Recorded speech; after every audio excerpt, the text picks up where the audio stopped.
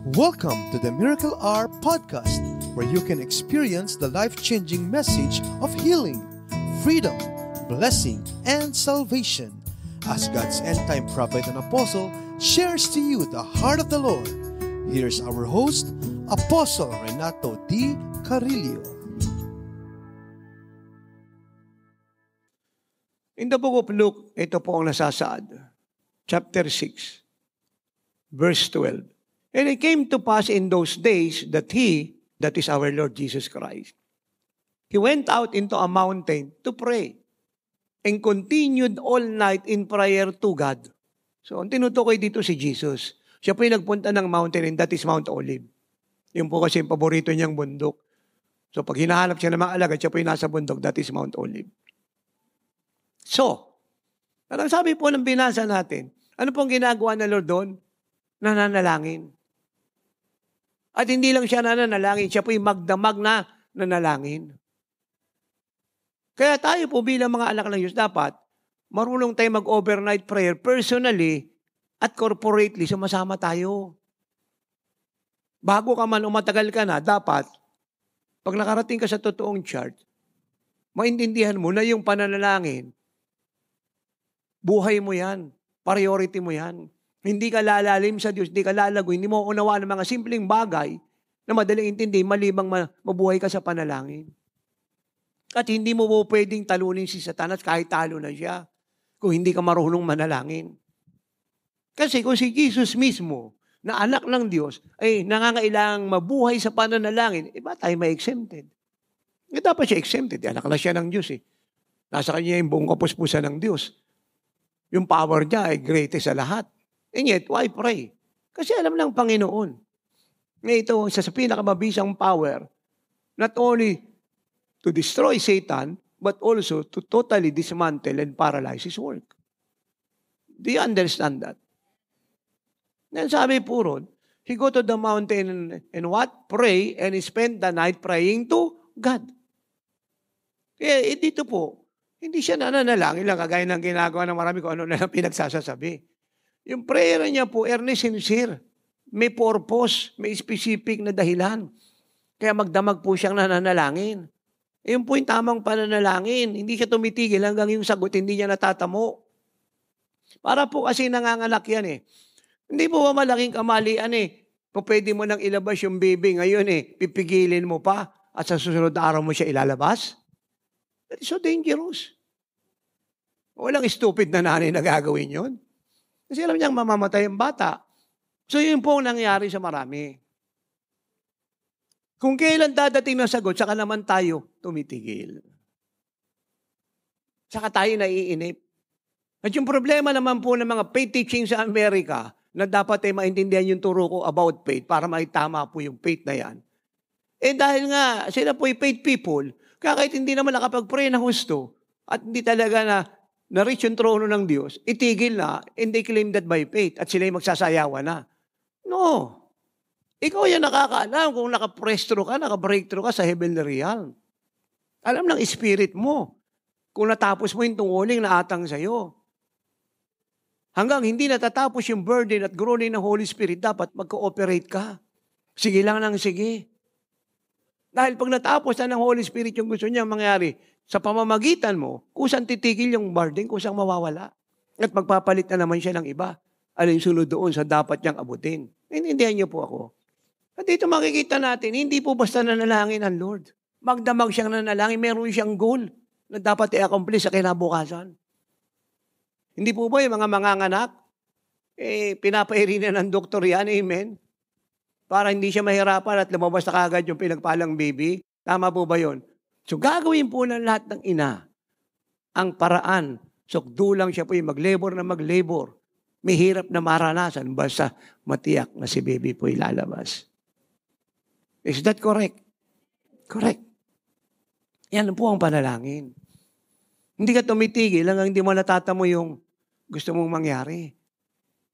Ang nangyari po kasi sa maraming nagpi-prayer meeting at so-called prayer nga, sa naintindihan nila, merong part 1, may part 2, may part 3, may itutuloy pa.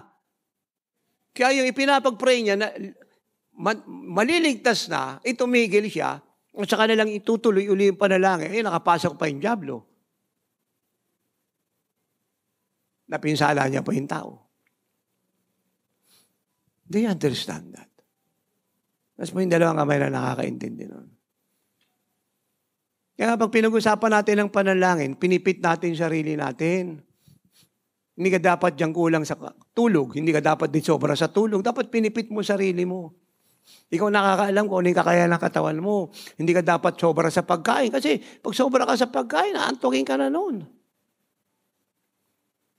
Amen.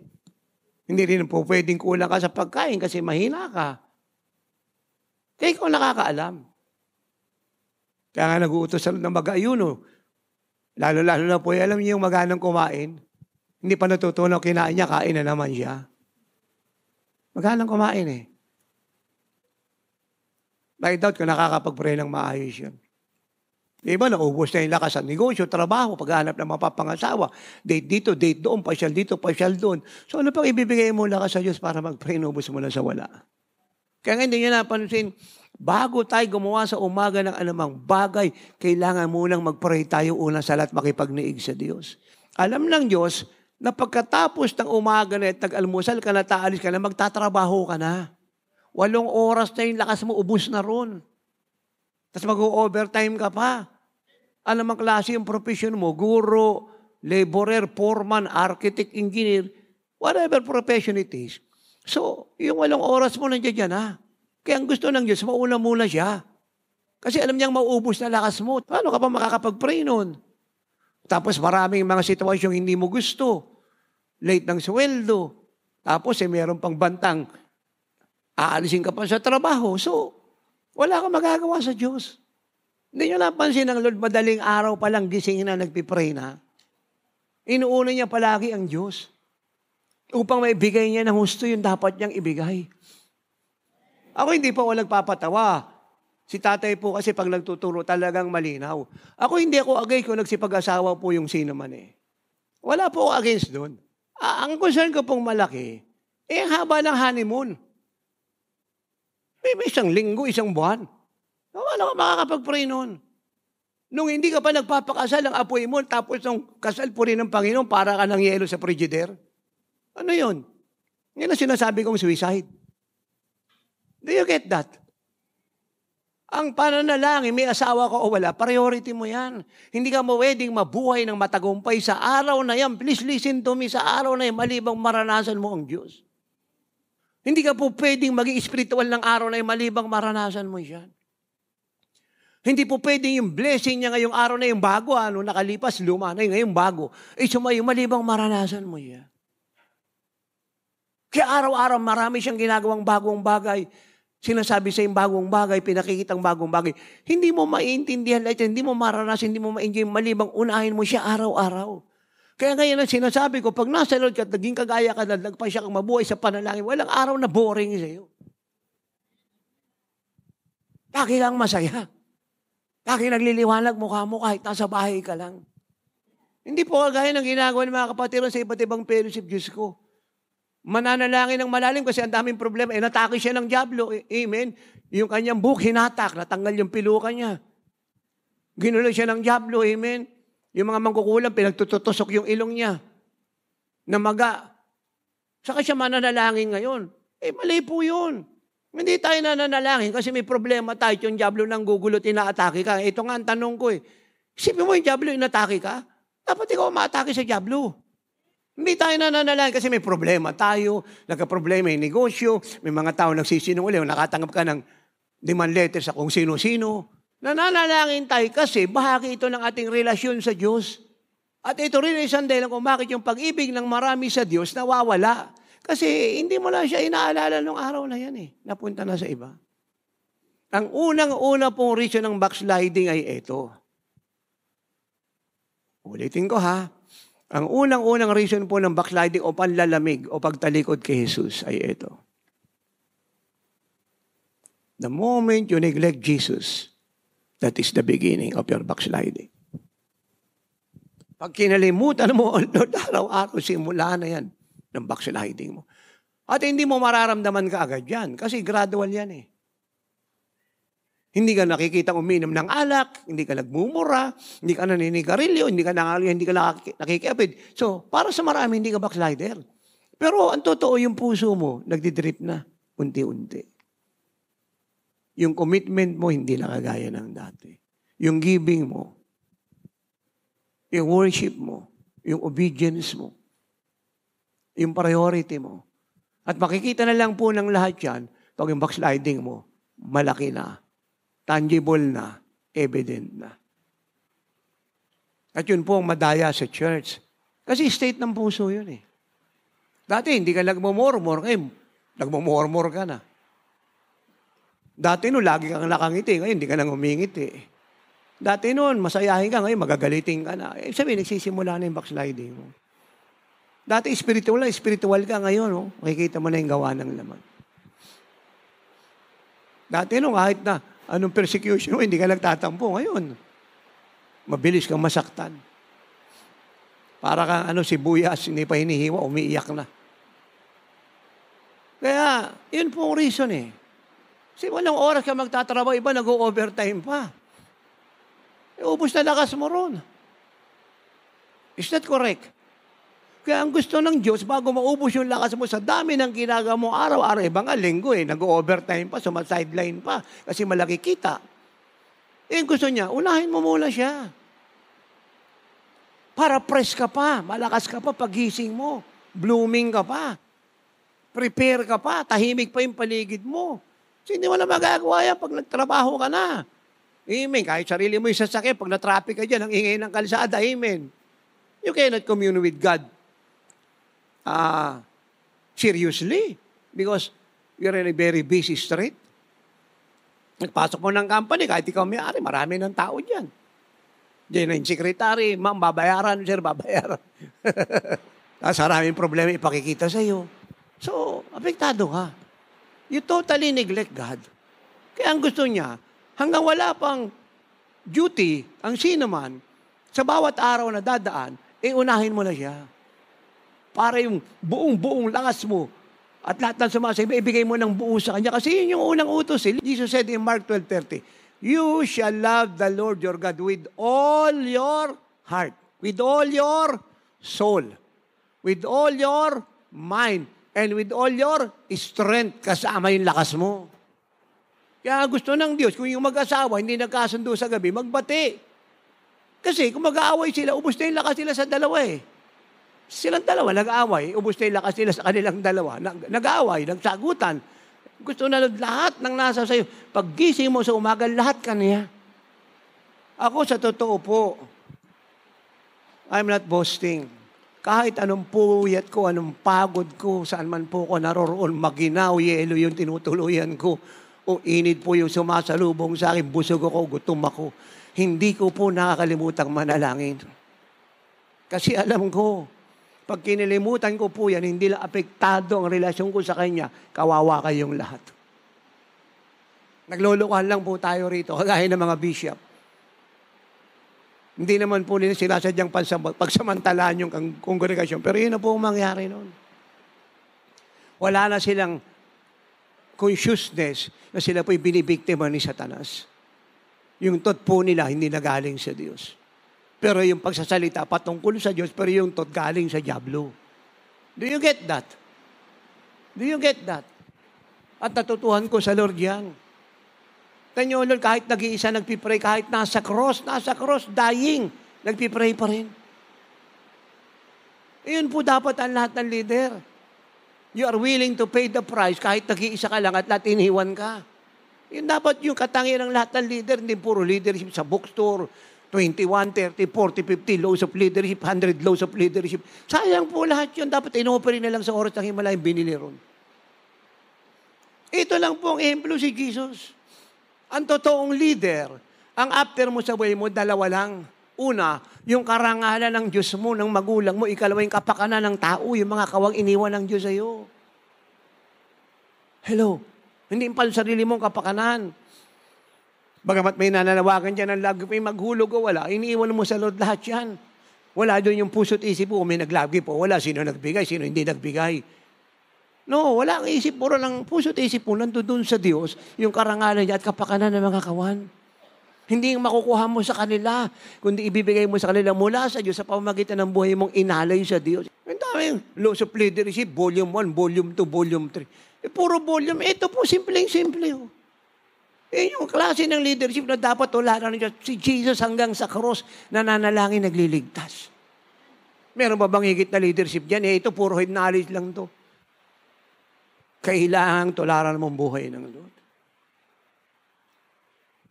Ang taong hindi nananalangin araw-araw ay walang patutungang magandang kinabukasan. Wala.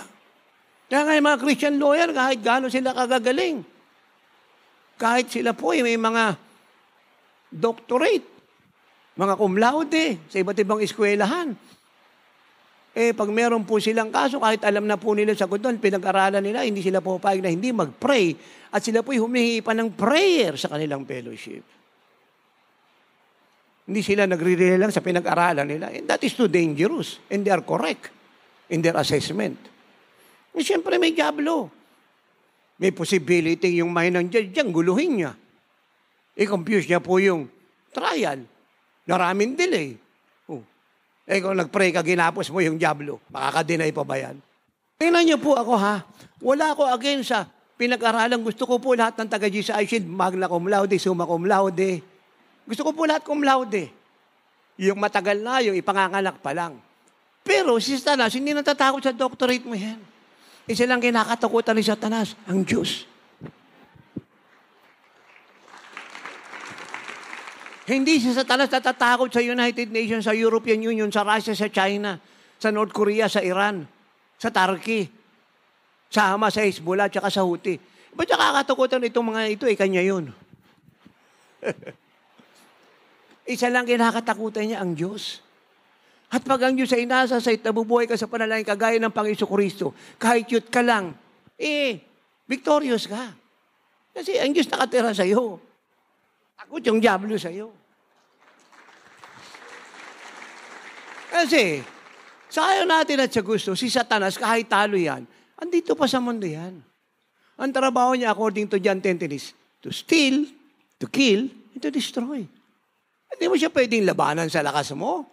Hindi si Satanas natatakot sa nuclear submarine, sa warship, sa warplane, sa atomic bomb, sa ano pang missile at rocket yan. Hindi siya natatakot. Isa lang kinakatakutan niya ang Diyos. Kaya pag tayo po ay natutong manalangin at nabuhay sa pananalangin, laging nakakagalaw ang Diyos, yun yung kinakatakutan ng Satanas, yung Diyos po ay makagalaw. Amen. Kasi alam ng diablo, pag nakagalaw ang Diyos, alam niya, tapos ang maliligayang araw niya. At hindi lang po si Satanas ang kaaway natin, mga demonyo. Nagkaalat po yan sila. Mga mangkukulam, mga mambabarang, mga trabahador ni Satanas yan.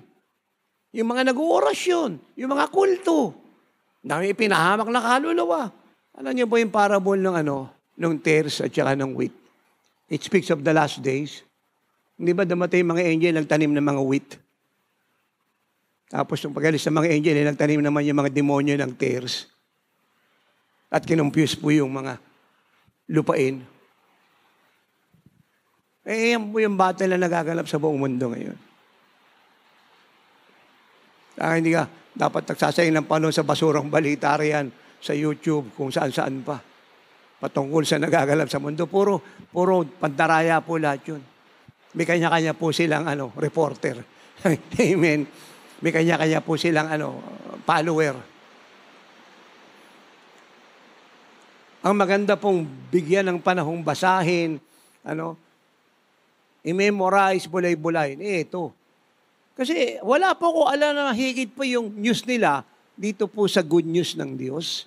Isa lang po talaga ang good news at yun po ay ang salita ng Diyos.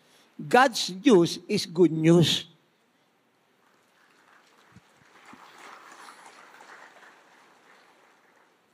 Wala kang makukuha ng good news sa mundo. Wala pong ibang good news. Huwag natin kakalimutan yan, mga minamahal Filipino Church of God.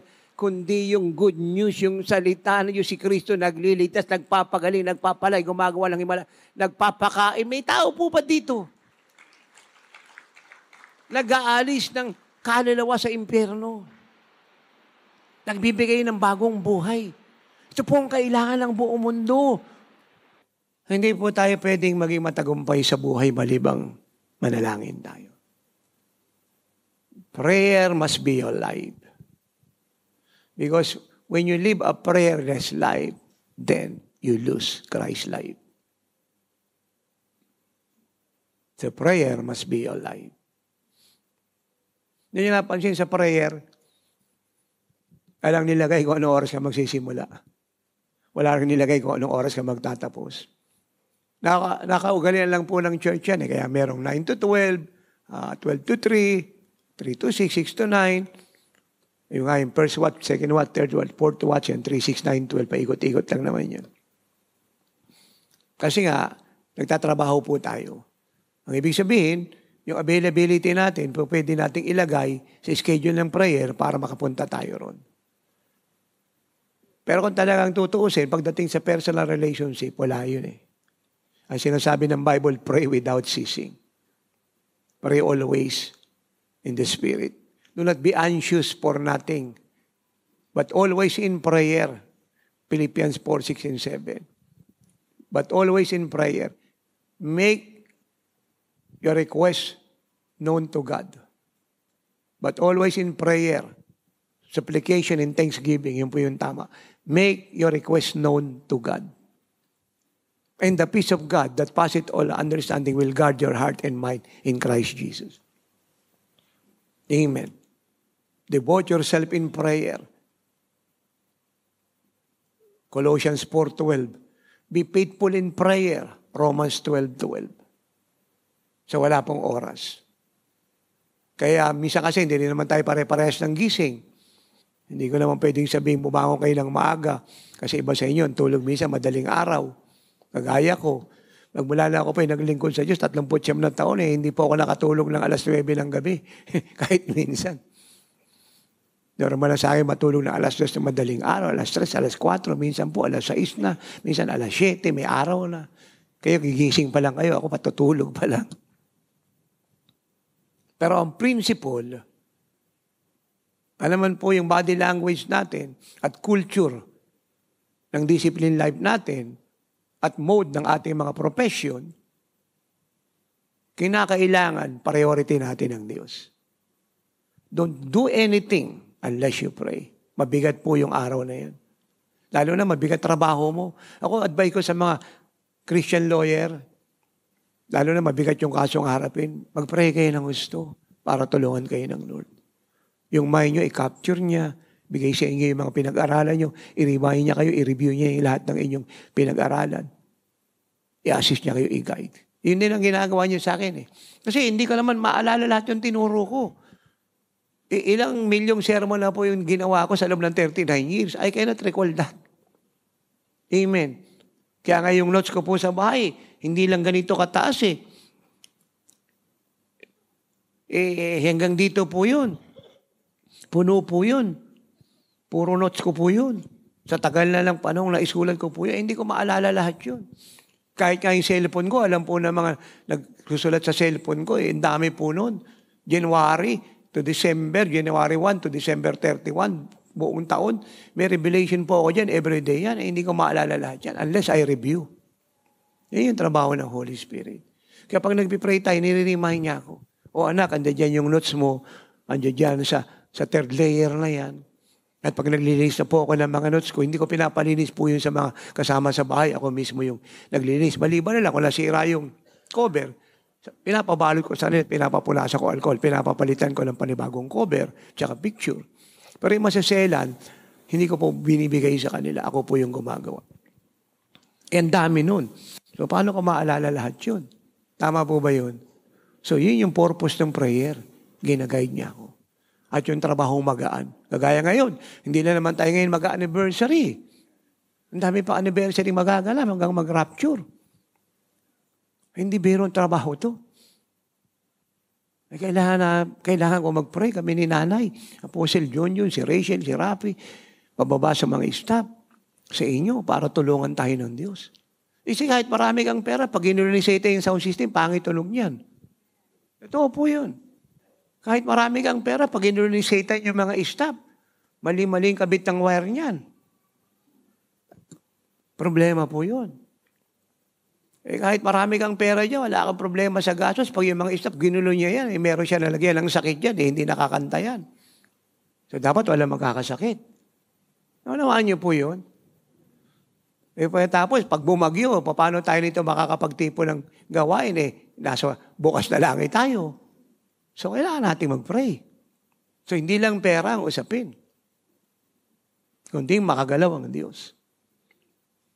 Dami mga pera, wala ngang ulan, wala na mga atin. Sino tuturuan mo? You see? So dapat alam niyo yan Ganito rin sa profession niyo. Lawyer ka, fiscal ka, judge ka, sandigan bahay ka, ombudsman ka, nasa Korte Suprema ka. So dami mong inaayos, hingi kang tulong sa Lord, dapat prayerful ka. Ikaw naman manager ng isang company o bangko, o realtor ka, broker ka, ang daming mga gustong bumili ng mga inaalok mo, para magpatuloy yung transaksyon, mag-pray ka, gapusin mo si Satan kasi willing naman yung inaalok mo yung iba nagba-back out. Hindi sila nag-back out dahil pangit yung offer mo, hindi maganda yung payment scheme ninyo. No, kundi inalis siya ng diablo kasi ayaw niyang kumita ka. Kasi magbibigay ka sa Lord. Kaya ng isa nating anak, kahapon, sabi ko kay nanay, sino kausap mo? Kasi narinig ko rin sa telepono, sa bahay po ito. Ito po yung usapan nila. Nag-pray si nanay. Sabi niya, Lord, hindi ko po pinapayagang yung ibinigay, bawiin pa ng sino man. Kinakancel ko yung ganitong uri ng gawa na hindi matuwid sa harap mo. Ay di nagugulat ako kasi binigay, binabawi Sabi ko, sino na naman to? So, di natapos na nga yung prayer ni nanay. Sabi ko, Love, sino yung kausap mo? Sabi sa nating anak. Kasi yung transaksyon, kanya yun babayaran na. Malaking pera yan kasi hektaryang lupa, broker siya. Bayaran na. Yung mga nasa paligid niya, nainggit. Nang malamang sa kanya napunta at nabenta na yung mga hektaryang lupa ayaw na. Gustong bawiin sa kanya. Kaya yun yung reason, tumawag siya kay nanay na nagpa-pray. So, ganyan Pagka marami kang trabaho, nasa company ka, nag-abroad ka, napagkatiwalaan ka ng kumpanya ng responsibilidad, naging manager ka, assistant manager, o ano bang position mo, dapat prayerful ka. Para hindi ka maapektuhan ng nagaganap sa company. Yung mga full-time, lagi namin sinasabi, dapat prayerful kayo. Kasi minsan yung mga family nyo, ina-attack ni Satan. O pag in-attack, pag dumating sa inyo, apektado yung kalusugan nyo. Dapat hindi. Paano nyo sila matutulungan kung kayo naapektuhan? Ganun din mga kapatid nyo sa abroad. O OFW kayo rito. Daming pinapadalang problema sa messenger. Hindi lang pera. Mga kamag-anak nyo, na-aksidente, may karamdaman. Siyempre, kawawa sila sa abroad. Paano yung message? Daming problema. Sabi ko, kung hindi kayo magpapakalalim sa prayer, maapektuhan kayo. Of course, pag tumingi kayo ng tulong sa amin ni nanay, inaako namin, nagpipray kami, pero hindi naman lahat ng panahon. Malalaman namin yung problem nyo, malibang i-convey nyo sa amin. Minsan may mga personal kayong bagay na hindi nyo gustong ipaalam, and we understand. Kaya kayo dapat na mag-pray. At pagkagaya na kayo na, so you can handle the situation. Kaya dapat prayerful kayo. Hindi lagi kayo naapektuhan. Kasi you cannot help anybody kung ikaw mismo laging apektado. Kaya sabi ng Lord kay Joshua, be strong and be courageous. Paano mo ililid ng Israel laban sa giyera at digmaan kung ikaw nangihina, natatakot? Ang leader, ang head of the family, ang lalaki, at kahit na sabihin natin na single mom ka, o widow ka na, dapat matapang ka. Yung lakas mo galing sa Lord.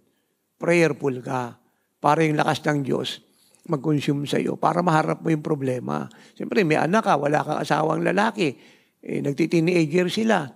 Hindi naman lahat ng mga kabataan nasunod ka agad. Minsan, kung saan napupunta, nawawala. Amen. O para hindi ka maapektuhan, dapat prayerful ka.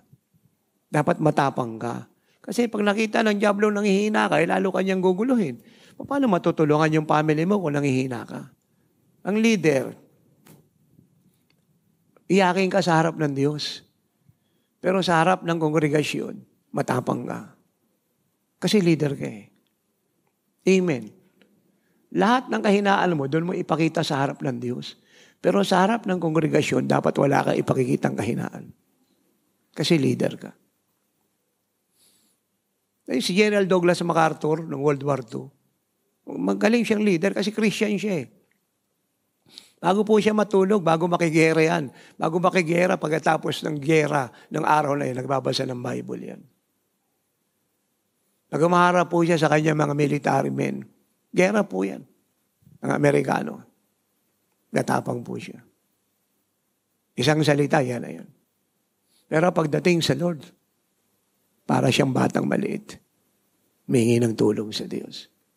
Yun tayo. Pag leader ka, ganun ka. Hindi yung ikaw yung lalaki, nagtatago ka roon sa saya ng asawa mong babae. Hindi mabuti yun.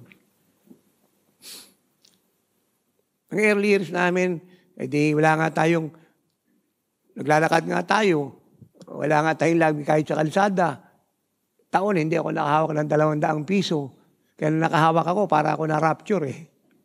Kasi hindi ko na alam yung kulay ng pera. So, lakad, fasting. Nakita ni nanay yun, naawa siya sa akin. Tapos si malang namin nagsisiiyak.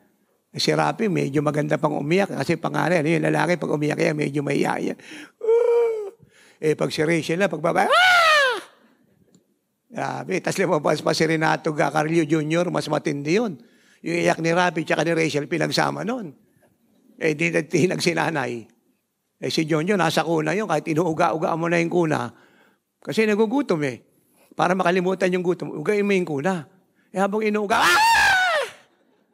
So, kaya inuuga ako, lalong umiiyak. Nadadama ni nanay yun. Sabi niya, pa, magtatrabaho ko. Hindi pwedeng ganito. Talagang ini-insist po niya. So, hindi ko po siya ma-argue. Kasi meron siyang reason eh. Even though, hindi po siya valid. At kung bakit ko lang hindi ina-argue, kasi hindi siya nagpapakalalim sa Lord. Ang sinasabi ko lang sa kanya palagi, kung susunod ka lang sa sinasabi ko, matagal na tayo na nagana. Sundin mo lang yung sinasabi ko kahit hindi mo naintindihan. Hindi niya maabot eh. Kaya dinala natin sa prayer, fasting, tiyaga, unawa. Alam niyo yung tawag dito, yung gentlemaness. Alam niyo yung gentlemaness. Wala ata magaling mag-English dito. Yung kahit tayo naaway ka niya, gentleman ka, yung kind ka, yung pinapadama mo sa kanya, yung care mo, yung love mo, hindi ka nag-response ng pangit. Ano yung gentlemaness? Ini-insist niya pa rin. So, inabot ko po siya sa isang bagay na maintindihan niya. Ito po, sagot ko. Alam mo, love, hindi kita pinakasalan para buhayin ako. Hindi ko kayang sikmurahin. Biyak po ako. Hindi ko kayang sikmurahin. Hindi ko tatanggapin, pakakainin mo ako. Hindi kita pinakasalan para pagtrabahuin. Bigyan mo lang ako ng konting pagkakataon sa Diyos. Matatapos lahat ito. Training ko lang ito bilang apostol. Pinag-pray ko po siya na ito, pinag-ayuno, sumunod po siya. Natapos po yung problema ni nanay sa biyaya kung saan siyang damating. So, ano po ang point ko? Ba't ko ito kinukwento? Pag leader ka, ganyan ka. Inabot ko po siya sa maintindihan niyang salita. Hindi kita pinakasalan para pagtrabahuin. Kahit anong gawin mo, hindi ako papayag. Sabi ko, hindi ko kayang tanggaping pakakainin mo. Hindi ako invalid. At hindi rin ako magtatrabaho para pakainin ka. Naglingkod ako sa Diyos. I-prove niya sa akin, sa iyo, sa ating lahat, na siyang may-ari sa atin. Pagsubok lang ito eh. Apostol ako. Sumunod ka na kasi. Ngayon po yung leader. Hindi nanghihina ka pa riyan. Nasabihin ko sa kanya, salamat, laba. Yung pag-uulang ko, pinunuan mo, palad ko naman. Hindi ka dapat maging leader pagka ganyan ka. Ano ka? Wala kang buto. Puro ka laman. Wala kang tadyang.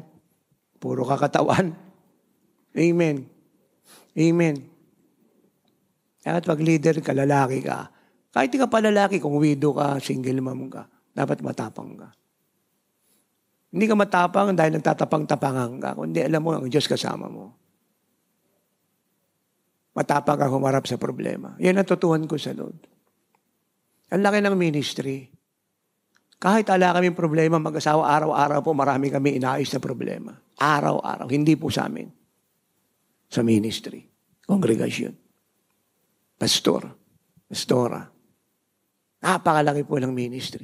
Nakikita niyo, 1/4 lang. Sobrang laki.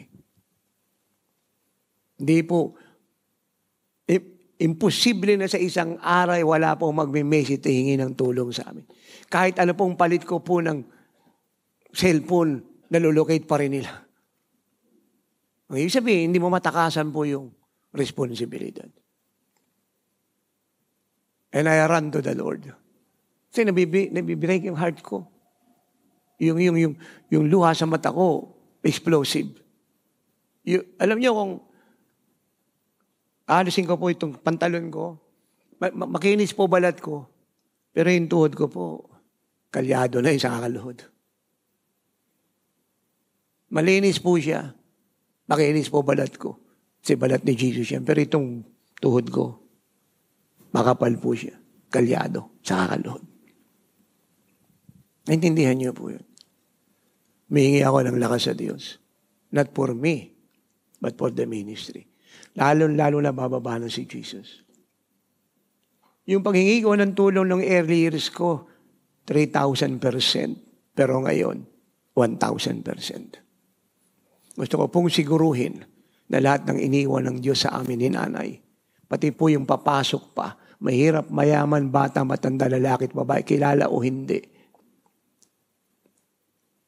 na ipinagkatiwala niya sa amin, ay maiharap po sa Kanya patungo sa buhay na walang hanggan. Alam niyo, God is my witness. Kaya ngayon panalangin, mahalaga eh. Kaya nga tinuturo ko sa inyo yung sikreto kasi may ministry si tatay, hinahawakan part kayo. At ang sikreto kung bakit ko siya na-handle ng ganito, maayos, may integrity, matagumpay, yung prayer life ko. Ganyan din po kayo. Hanggang nandito si Satan, you will pray. And you must pray. Titigil lang po yung pananalangin natin pag na-rapture na tayo. Hindi na kailangan yung prayer sa langit. Kaya ang sabi niya ng Lord sa Matthew 6, 9, 10. Ganito kayo manalangin. Our Father who art in heaven, holy is your name. Let your kingdom come, thy will be done on earth as it is in heaven. Ganito kayo manalangin. He's talking about prayer. What kind of prayer is that? Mag-pray natin, yung kalooban niya sa langit, mangyari sa lupa. Kaya nga hindi nagra-rapture yung prayer, hindi titigil yan. At mas mataas pa yung panalangin hinihingi niya ngayon. Kasi onslaught ni Satan sa buong mundo, kita nyo na triple. United Nations nga, nabalitaan nyo yun. 2/3 po ng member ng United Nations, nagbotohan sila. The other day, ano botohan nila? Yung Israel, lumayas na sa kanyang sariling lupa. Kita nyo yung kalokohan yan. Ang Israel, pag-aari ng mga Jew yan. Pinapalayas na po sila roon sa Judea, sa West Bank, no? Sa Gaza, sa East Jerusalem. That is impossible. Nagbotohan po sa United Nations, 2/3 ng member. Nagbotohan ng Israel lumayas sa lupang kanya. Ano pong ibig sabihin nun? Jesus is coming any moment. Kung bakit, nung sinabi nun sa akin ng 2011, ang krisis sa buong mundo ay lumalala lang lumalala. At nakikita niyo naman ngayon walang tigil yung krisis niya. Kasi, ano nga ayusin ng Antichrist kung walang krisis? Paano po siya magiging false prince of peace? Siya ngayon lalabas na peacemaker At isa po sa ayusin niya, yung gera ng Israel at yung mga Arab countries, mga Muslim nation na nakapalibot sa kanya. That is 48 nations. Isa lang po siya nasa gitna. Against all odds. Kaya ibubroker po ng Antichrist yung peace agreement na yan, yung peace treaty na yan, between Israel and these Muslim nations, kasama yung Arabs. Iba naman kasi yung Arab sa Muslim eh. Hindi, yung po Muslim religion. Pero yung mga Arabs, hindi sila Pakistani. Ang mga Arabs, ito yung mga anak ni Abraham. Sino-sino yung Saudi Arabia, Jordan, Oman, Kuwait, Bahrain, Qatar. Nakuha niyo po ako. Nakuha niyo po ako. Ang Muslim religion yan. Yung Arabs, nationality nila yan. Nakuha niyo po ako. Yan ang mga anak ni Abraham. Sabi, dalawang klase ng Muslim, kaya sila nag-aawa. Yung isa, Shiite Muslim, yung isa Sunni. Yung Iran, Shiite yan. Iba doctrine niya, pero pareha silang Muslim. Yung Sunni, yan yung mga Arabs. Ayaw ng Iran ng royalty rule. Mga Arabs, kings, crown prince. Nakuha niyo po ako. Ang Shiite, ayaw niya ng royalty rule. Gusto niya, president, prime minister. Yung pakang Iran, hindi naman talaga siya lumabas na yun ang setup niya eh. May hari ang Iran.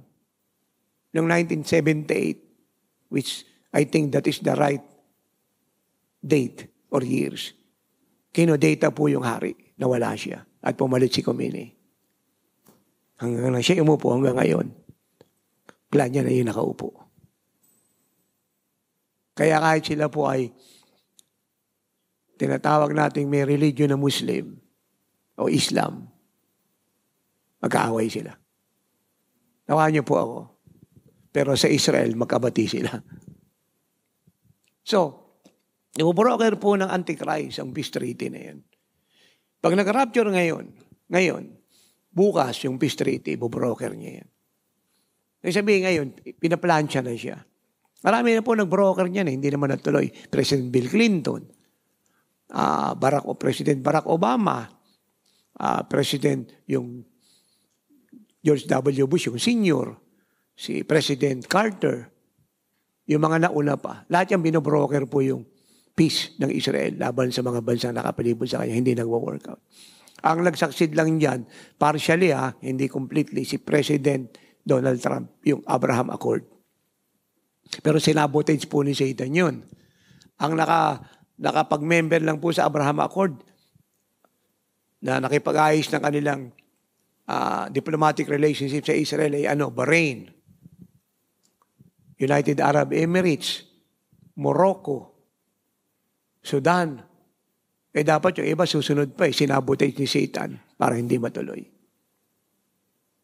Kaya pag nag-rapture ngayon, kinabukasan, lalabas na yung Antichrist publicly. Kaya yung mga nagtuturo po ngayon na kilala nila yung Antichrist, sabi ng isa nagtuturo ng mali, si Obama yun. Mali po lahat yun. Mga Christian po yun. Kinumpute nila, yung picture na panaginipan nila. No? Alam nyo, hindi masamang managinip kung yung napanaginipan mo biblikal. Pero kung wala sa Bible yan, itapo mo na yung panaginip mo sa diablo yun. Counterfeit yun. Yung iba, ang sabi nila, kinumpute niya. Binasa ko Antichrist, si Prince Charles. Dati Prince, ngayon king na siya. Siya yung Antichrist. Kasi king na siya ngayon eh.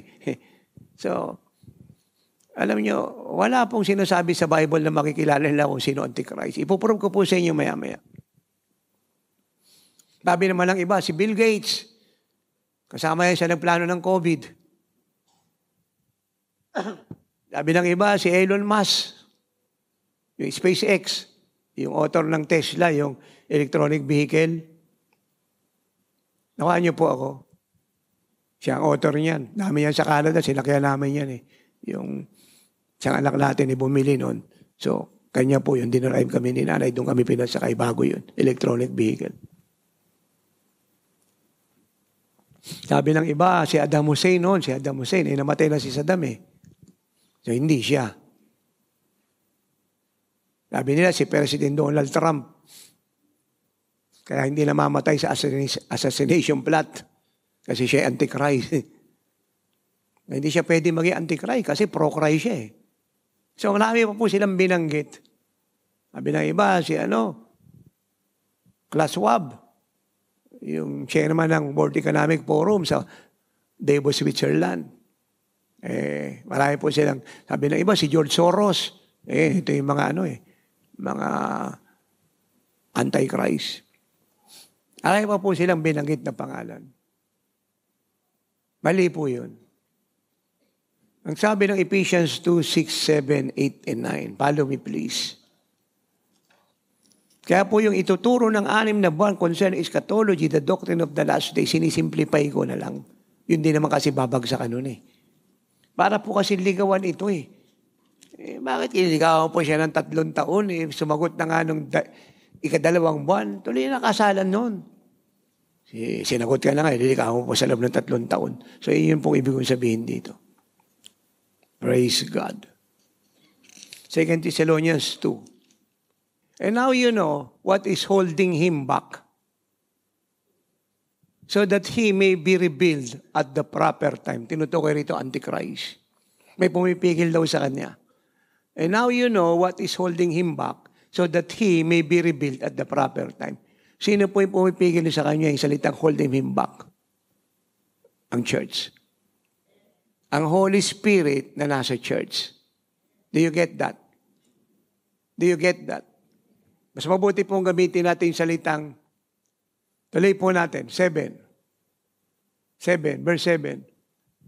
For the secret power of lawlessness, isa po sa pangalan po ng Antichrist is the sin of the father of lawlessness. Siya po yung ama nung kawalan ng paggalang sa batas o paglapastangan sa katotohanan. Is already at work. Ayan, nilagi natin sinasabi. Isa po siya sa nagtrabaho ng COVID yung Antichrist. Ginamit niya in China. But the one who now holds it back will continue to do so till he is taken out of the way. Yung gamitin po natin yung salitang he ay Holy Spirit na nasa church. Ay kung sinabi ko kanina yung church, wala pong problema kasi nasa kanyang Holy Spirit. Nakuhaan niyo po ako. Nakuhaan niyo po ako. So sino po ipigil sa kanya? Ang church na tinirhan ng Holy Spirit. Ang Holy Spirit na sumasa church. Yung salita kasi ay he. So till he is. He. Referring to the Holy Spirit.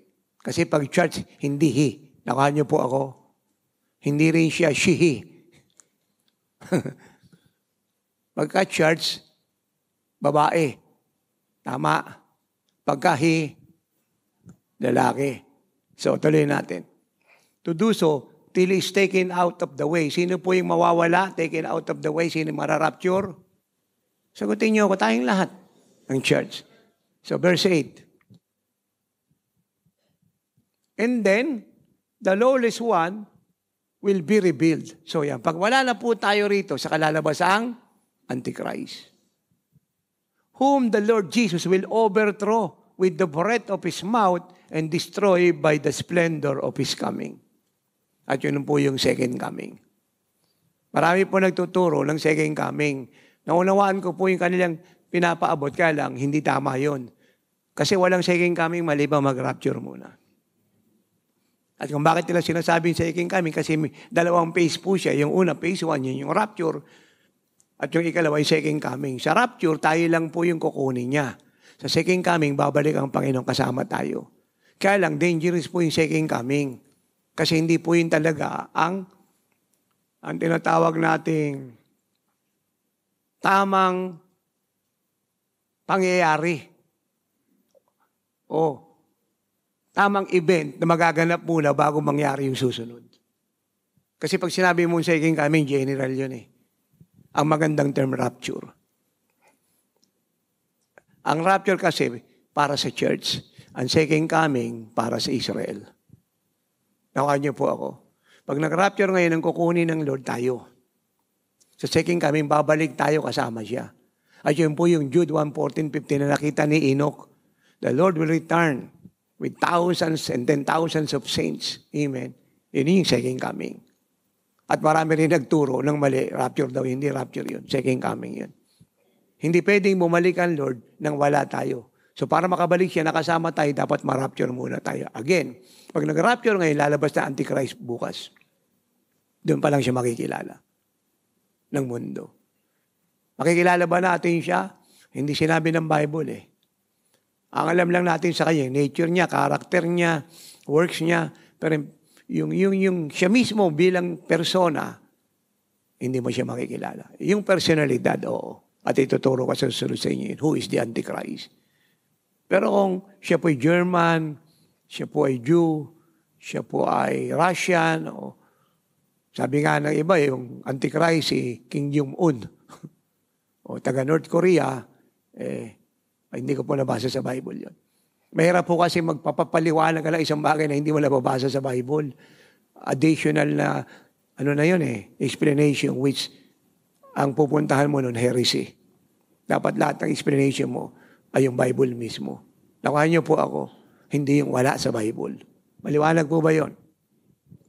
With the breath of his mouth and destroy by the splendor of his coming. Do you get that? And then the lawless one will be revealed, whom the Lord Jesus will overthrow with the breath of his mouth and destroy by the splendor of his coming. Saka pa lang siya marireveal pag wala na tayo. Palakpakan po natin ng Diyos. So, ibubroker niya po ngayon yung peace na yan. At mangyayari po ito sa first 3.5 years ng Great Tribulation. Kasi 7 taon po yan eh. Yung una, medyo light pa. Yung second, that is the worst. Pero yung light pong sinasabi ko, hirap na po masyado yun. Ang Lord nga, ang sabi niya in Matthew 24:15 pababa, malibang paigsiin, even the elect Israel will not be saved. So pagkakasunduin po ng Antichrist, ang Israel at ang lahat ng kaaway niyang bansa. Gagaranti niya po ang peace. At yun po ang pinakamalaking bagay na gagawin ng Israel. Sa ngayon po sa maraming rabbi, ang magiging presidente pa rin ng peace treaty niya si Prime Minister Benjamin Netanyahu. At yun ang reason ba't siya bumalik. At kung yung pong prophecy niya sa rabbi at revelation ng Lord sa kanya, I don't know, through vision or dreams, ay accurate, so tama ako. The Lord is coming any moment.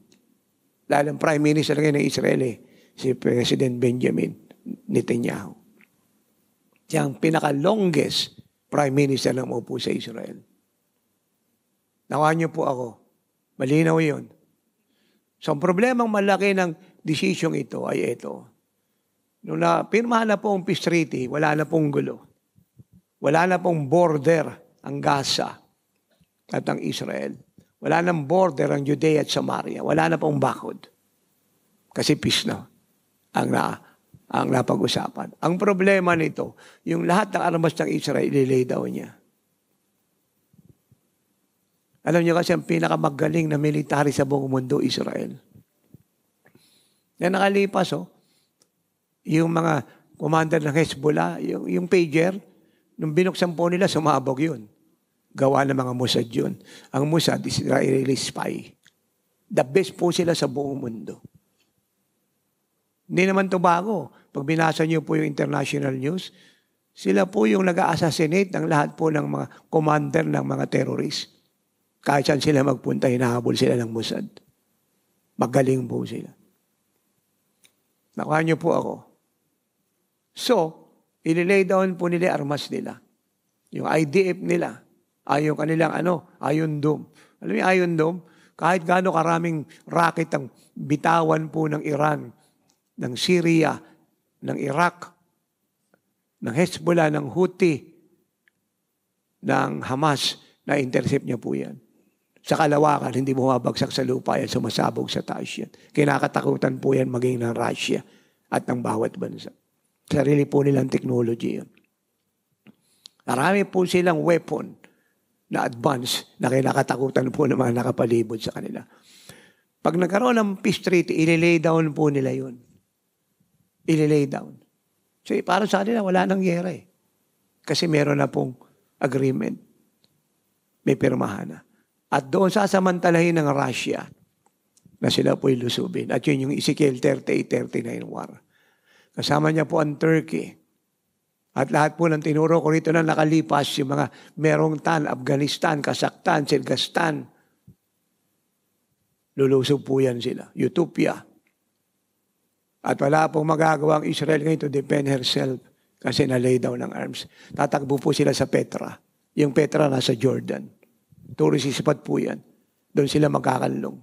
And God will protect them for almost 3.5 years.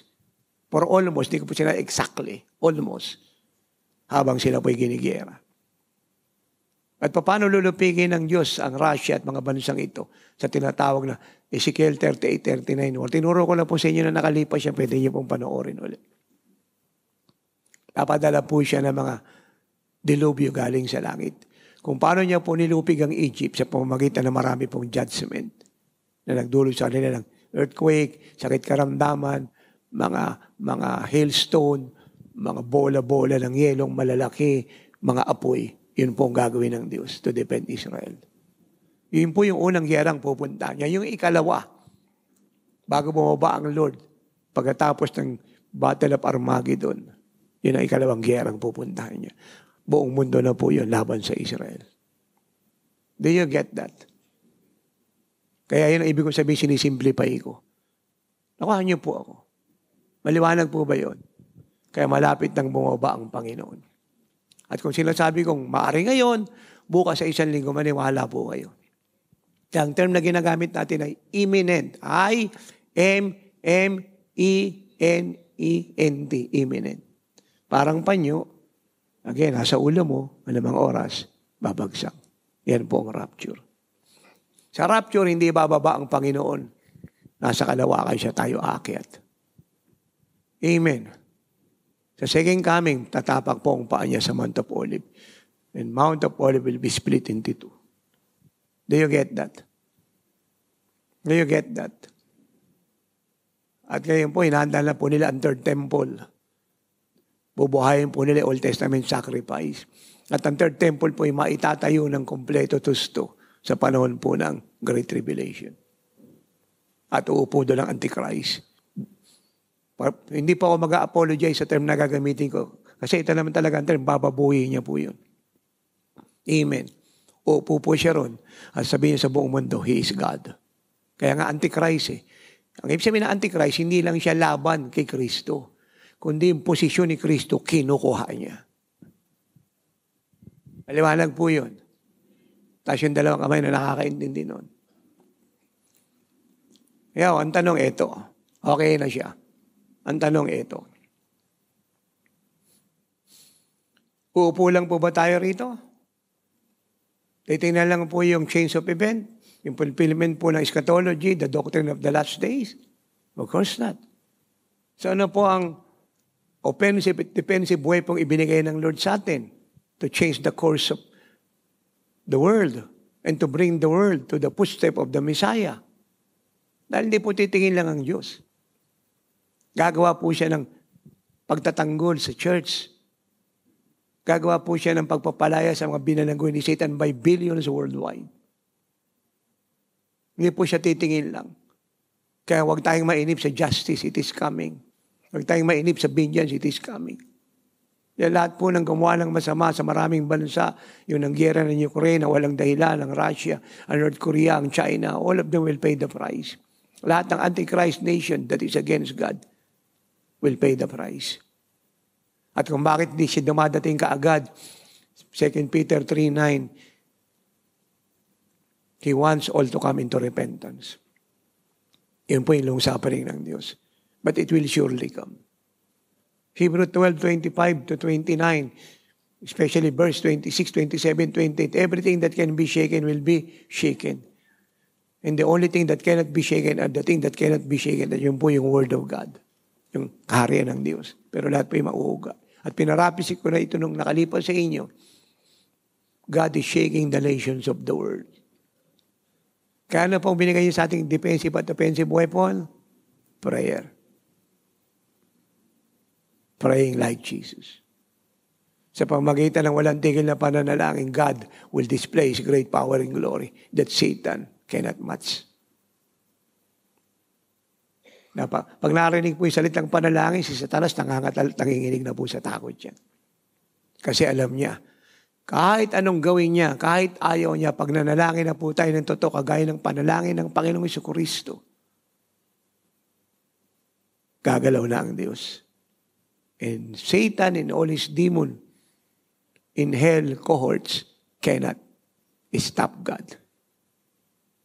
And they don't have the ability and the power to defeat God. At yun yung kinakatakutan.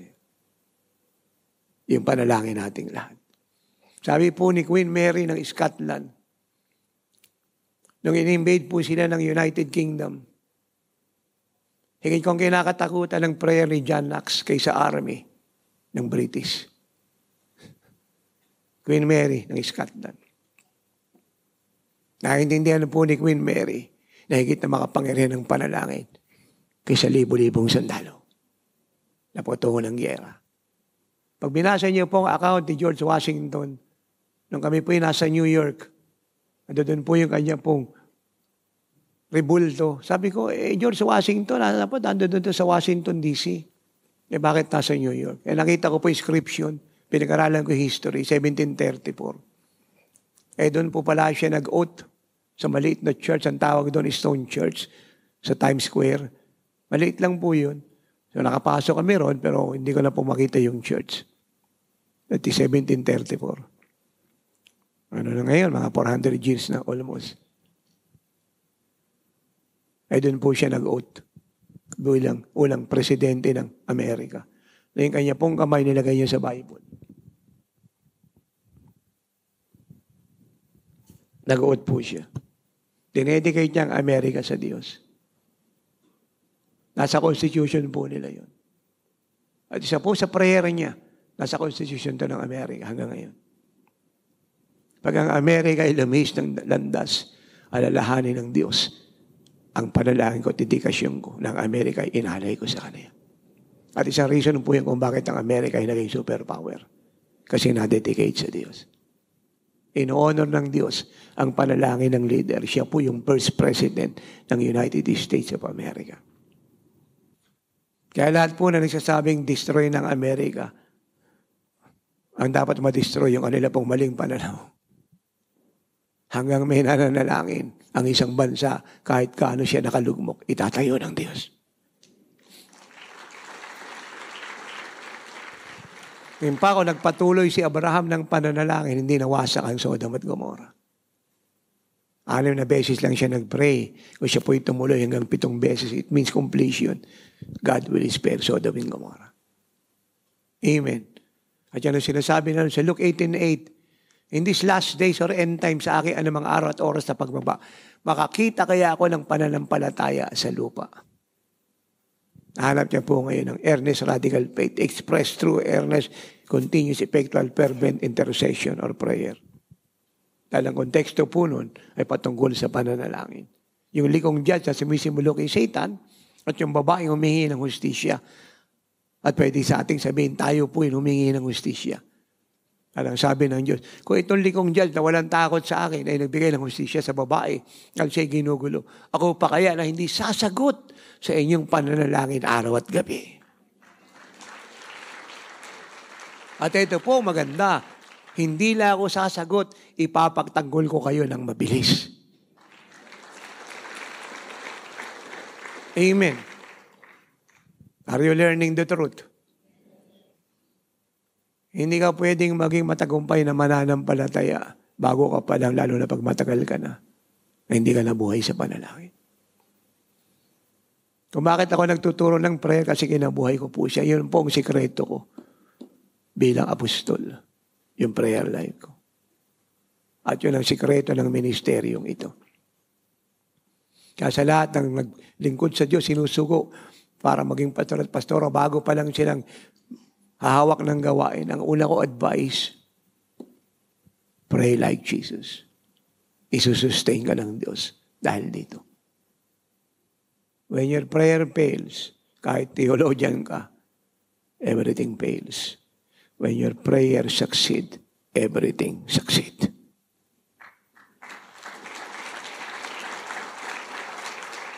At ang maganda sa prayer, hindi kagaya ng galing tayo sa sarili, may minimemorya tayo. Ito hindi. Kung ano yung laman ng puso mo, pwede mong sabihin sa Diyos. May papel ka o wala, didinggin ka niya.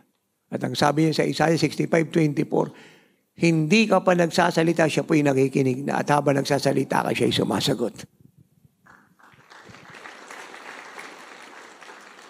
And I'm closing. Luke 6:12. And it came to pass in those days that he went out into a mountain to pray and continued all night in prayer to God. And then verse 17, and he came down with them, and he stood in the plain, and the company of his disciples, and a great multitude of people out of all Judea and Jerusalem, and from the seacoast of Tyre and Sidon, which came to hear him, and to be healed of their diseases. And they that were vexed with unclean spirits, and they were healed. And the last verse, and the whole multitude. Now, tigil po tayo. Salitang multitude, libo-libo po ito. Nung Bible days, ang nakikinig sa 20,000, 50,000. Kaya yung gawain po, nandoon sa malaking lugar, sa ibaba ng bundok, mulong mga palayan. Nakuha niyo po ako. Kaya ang word na ginagamit, multitudes, hindi po ito 10 o 15 o 300 o 500. Libo-libo po ito. Ito talaga ang revival. Hindi hinakot. Hindi binayaran. Hindi po masamang magbigay ng tinapay at isda. Yun yung mission of love. Ang goal natin, i-bless sila, spiritual and body. At gamitin po yung pagkain para dalhin sila sa Lord. Pero yung iba kasi hindi ganon. Hinako talaga. Binayaran talaga para umatin. Alam niyo, parang politiko. Di ba? Taga Quezon City siya. Yung hinako siya, taga Pasig. Para bumoto sa kanya sa Quezon City. Hindi tama yun. Yan po maraming churches. At yung mga nagsipunta kasi binayaran, hinakot. At yung mga nag-ahakot, hindi na nanalangin yun, tamad manalangin yun. Si Jesus nanalangin, yung mga tao, dilala ng Holy Spirit sa kanya, libo-libo. In fact, pag binasa niyo yung Matthew 15, 29 to 31, praise God, hindi pa nga siya bumababa ng bundok, libo-libong tao, nasa paanan ng bundok, inaantay siya. At lahat po ito ay may karamdaman, iba demon possessed. At the same, ang desire nila mahawakan lang laylayin ng baro na nun, sila po'y gagaling. Ayun nga nangyari. Ganyan po kakapangyarihan ng prayer. I know what I'm talking about. Hindi po ako lumaki sa seminar, hindi ako lumaki sa discipleship training ng kung sino-sino. Lalo hindi ako lumaki sa kakabasa ng libro ni Brother So-and-so. Lumaki po ako sa presensya ng Diyos.